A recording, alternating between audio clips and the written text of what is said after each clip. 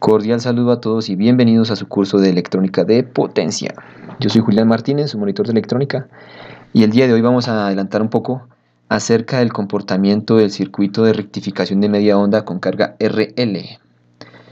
La inductancia en este circuito hace que el diodo se comporte de manera anormal.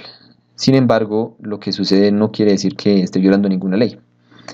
Empecemos. Tenemos aquí este circuito con carga RL y pues su diodo. Y aquí tenemos las diferentes ondas de salida.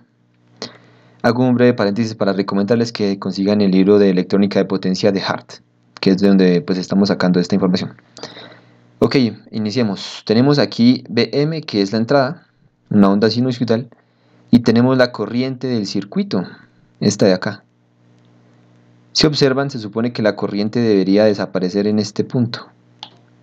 Cuando el voltaje pase por cero, el diodo ya debería haber salido de circulación, debe haberse polarizado en inversa. ¿Qué sucede? Pues la inductancia ha almacenado cierta energía y la está liberando. Recordemos la ecuación diferencial del voltaje de inductancia, que es L por dI dt, ¿sí? Entonces, cuando esto la onda toma el sentido inverso, la inductancia comienza a descargarse y hace que el diodo siga polarizándose. Bien, observemos, tenemos aquí el voltaje total. La caída de voltaje en la carga RL también excede el valor de pi. Importante tener en cuenta que ahora vamos a acostumbrarnos a manejar el comportamiento del voltaje no en la escala del tiempo, sino en la escala del ángulo, de omega t en radianes, ¿sí?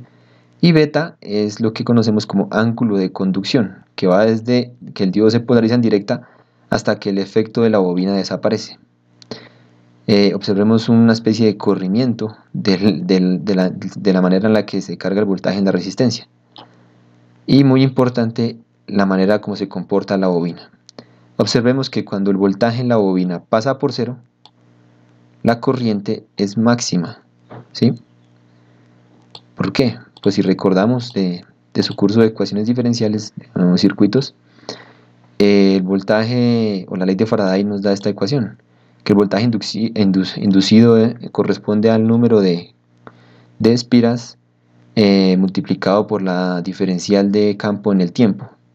Si multiplicamos esto por dI sobre dI, es decir, por 1, obtenemos una versión de voltaje para la para la inductancia en función de la corriente.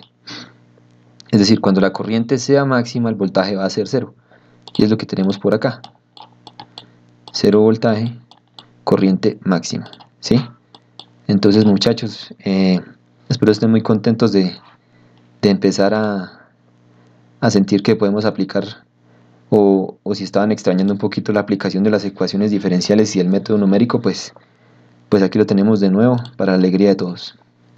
Ok, y así es como se comporta el diodo. Bien, la polarización inversa, es decir, cuando el voltaje se vuelve cero, es un poco más. Y aquí tenemos el tiempo en el que se polariza en inversa. Ok, vemos que ya está un poco loco esta vaina. Bien, resulta que saber este ángulo es de importancia para nosotros, así que vamos a aprender a calcularlo utilizando el simulador. Luego vamos a empezar a aplicar un poquito de las ecuaciones diferenciales y del método numérico para hallarlo de manera analítica y hacer una comparación. Ok, entonces vamos a Proteus. Colocamos este circuito, que es el que está en el libro de Hart, y lo simulamos. Me imagino que ya pues su nivel en simulación debe ser pues acorde a la electrónica que estamos viendo, ¿no? Ok, tenemos aquí en amarillo el voltaje de entrada, en azul la caída de voltaje en la carga RL, y en fucsia la caída de voltaje en el inductor.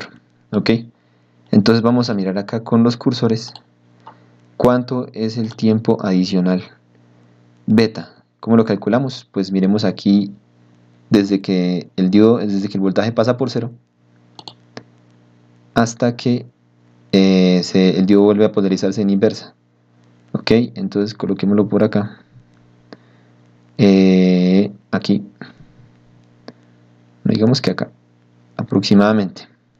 Entonces tenemos un T2 de 9.5 milisegundos y un T1 de 8.30 milisegundos.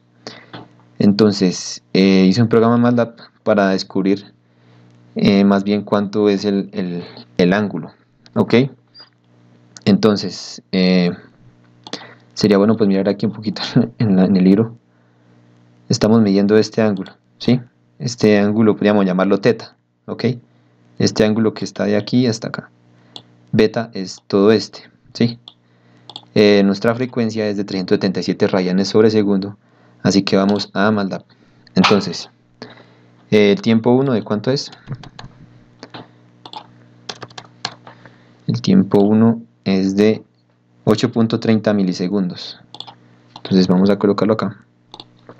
8.30 y el tiempo 2 es de 9.50.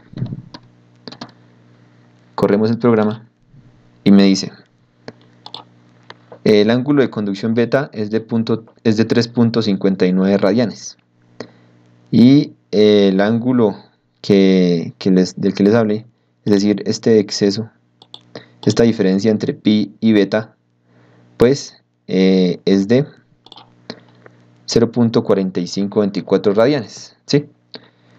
Bien, de pronto sí, pues aquí está como lo hice, utilizando una función.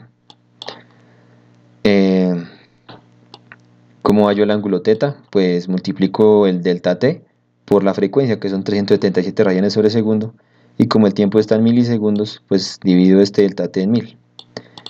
Y luego pues ya hago las operaciones. Beta, pues como es el ángulo de conducción, es pi más teta. Y luego ya, aquí ya puedo entrar cualquier valor y determino el ángulo de manera pues aproximada utilizando el simulador. En el siguiente video vamos a aprender a hallar el ángulo con el método numérico. Les aconsejo que rápidamente echen una repasada dura a estas ecuaciones que están acá, porque vamos a utilizar esta ecuación para hallar beta. ¿Sí? Teta, aquí no es teta el que les hable, aquí teta es el ángulo del factor de potencia. Así que bueno, nos veremos en el próximo video.